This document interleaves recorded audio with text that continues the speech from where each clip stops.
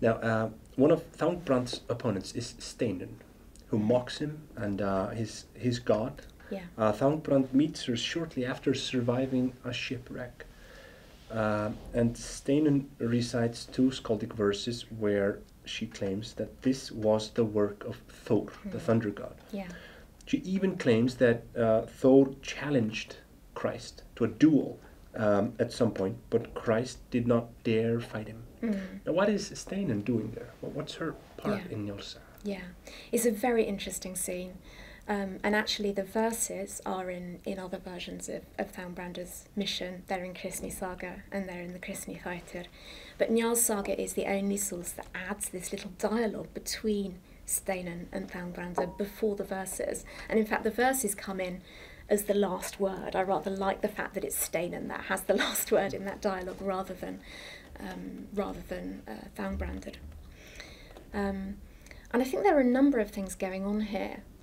And one thing is that sort of opposition between poetry and preaching, that, how would you say it, that contest for possession of the spoken word that we find throughout the conversion episode in Njál's saga, you know, in Thorbrand's other contests with poets, and later on Hjalti's verse quip about Freya, and so on. So there's a sort of poetic dialogue going on here.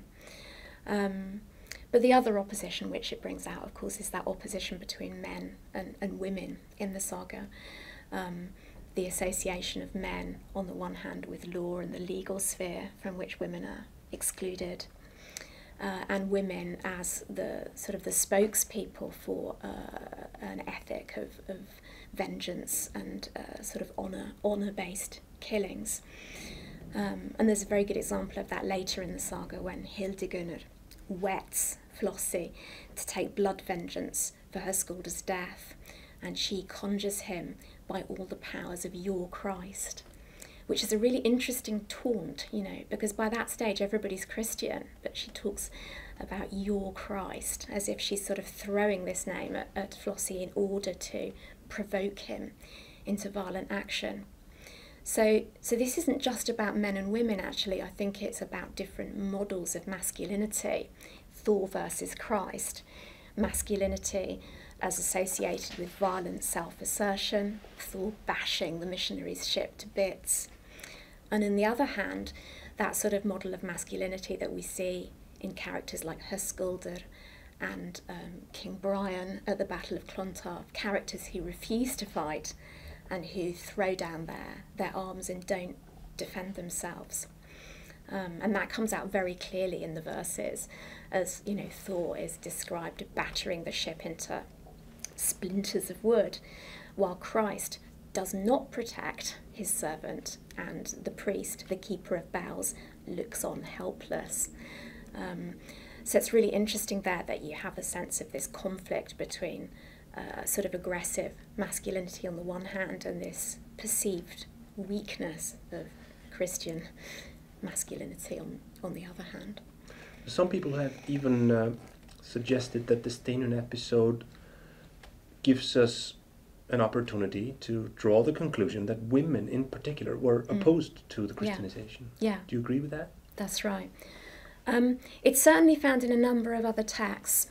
So there are a number of other sagas in which we find this same opposition between, on the one hand, a pagan priestess or poet and a Christian male preacher.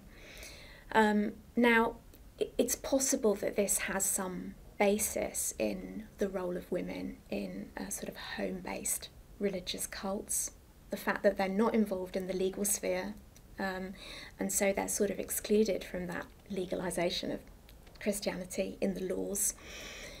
On the other hand, I'm not sure I would want to take that as a historical reality, because I think certainly accounts of missions elsewhere, in Sweden for example, have shown that women were among the first to welcome Christianity, and that's pretty much what one sees in other countries and in other places as well.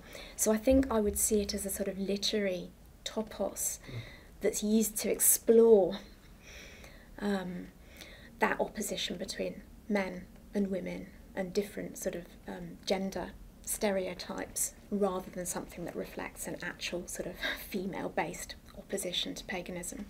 Yeah.